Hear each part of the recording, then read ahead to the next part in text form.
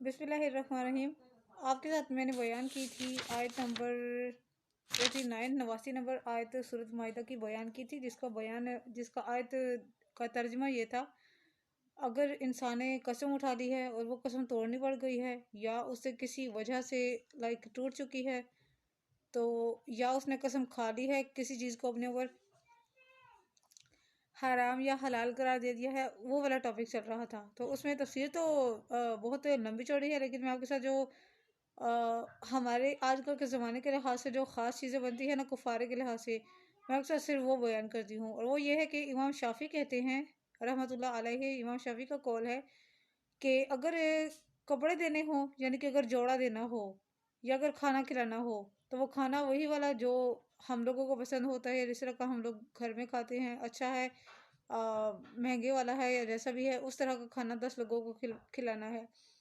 اگر ہم نے کپڑے دینے ہوں تو کپڑے ہم لوگ دیں گے اس کو شلوار قمیض یا تہ بند اور کرتا اور امامہ یا ٹوپی، اس طرح کر کے۔ بعض بزرگوں کا یہ بھی قول ہے کہ کچھ لوگوں کو ٹوپیاں دینی ہوں گی، 3 5 10 لوگوں کو ٹوپیاں پہنانی ہوں گی، یا ایسے کپڑے جس میں انسان وہ نماز ادا کرے، یعنی کہ ظاہرہ ٹوپی نماز کے ٹائم کچھ لوگ ٹوپی وغیرہ پہنتے ہیں، کچھ لوگ نہیں پہنتے، یہ چیز ہے۔ اور او تحریر رقبہ، یعنی کہ ایک آزاد کروانا غلام کا، غلام چاہے مسلمان ہو یا کافر ہو،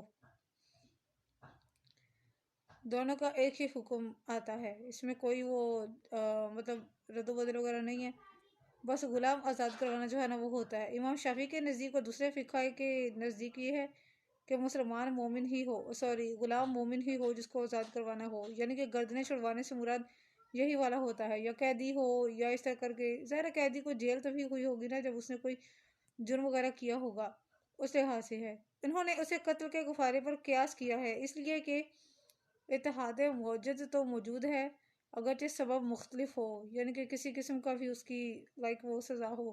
سیدنا امیر معاویہ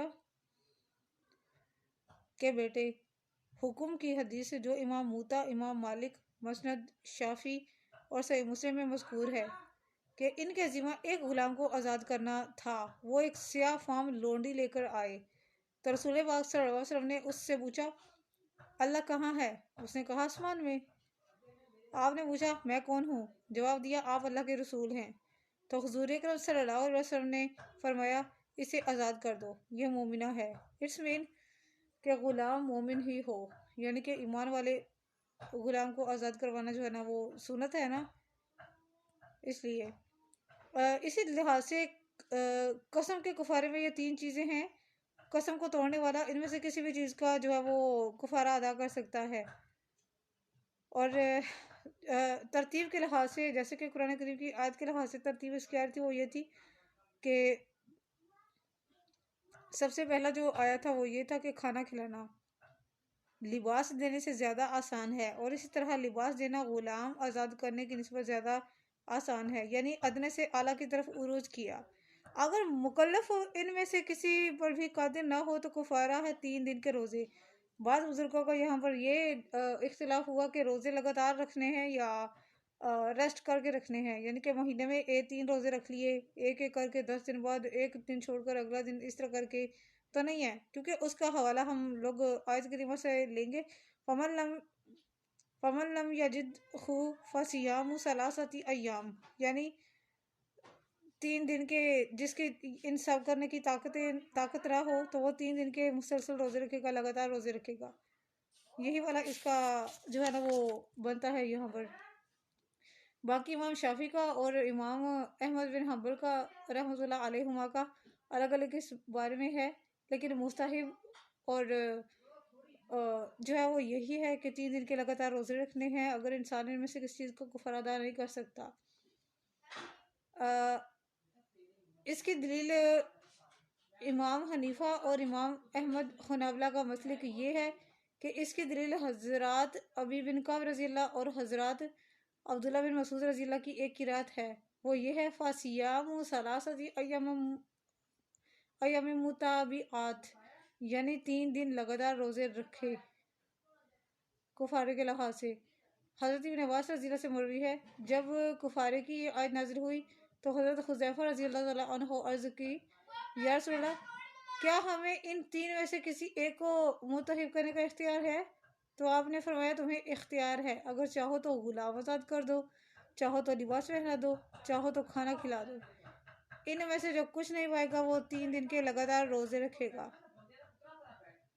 ذالک کفارۃ ایمانکم اذا خلفتم، یعنی کہ یہ یمین کا شرعی کفارہ ہے کہ جب تم قسم توڑ دو یا قسم ٹوٹ گئی تو اس کا کفارہ یہ ہے۔ یہ 3 چیزیں ہیں جو متواتر اس طرح، جو سب سے بیسٹ ہے وہ پہلے نمبر پہ آئی، دوسری، تیسری، چوتھی، یعنی کہ 3 دن کے روزے لگاتار۔ اسی طرح اللہ تعالیٰ تمہارے لیے وضاحت کرتا ہے کہ ذالک یبین اللہ لکم وآیاتہ لعلکم تشکرون۔ اسی طرح اللہ تعالیٰ تمہارے لیے وضاحت کے ساتھ اپنی آیتیں کھول کر بیان فرماتا ہے تاکہ تم شکر گزار بن جاؤ۔ بے شک اگلی آیت ہے آیت نمبر 90 نمبر آیت، یا ایھا الذین آمنوا انما الخمر والمیسر والانصاب والازلام رجس من اعمال الشیاطین فاجتنبوہ لعلکم تفلحون۔ ترجمہ ہے، اے ایمان والو، یہ شراب اور جوا اور بت اور جوئے کے تیر سب ناپاک ہیں، شیطان کی کارستانیاں ہیں، سو بچو ان سے تاکہ تم فلاح پا جاؤ۔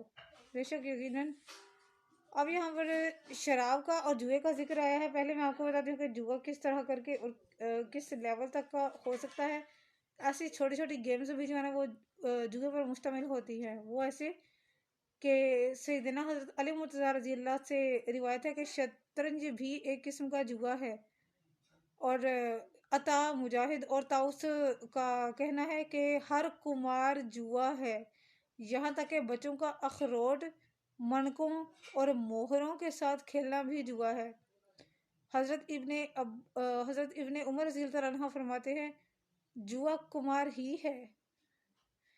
حضرت ابن عباس کہتے ہیں کہ لوگ زمانے جاہلیت میں اسلام کی آمد تک جوا کھیلا کرتے تھے، لیکن اللہ تعالیٰ نے انہیں ان اخلاق قبیحہ سے منع فرما دیا۔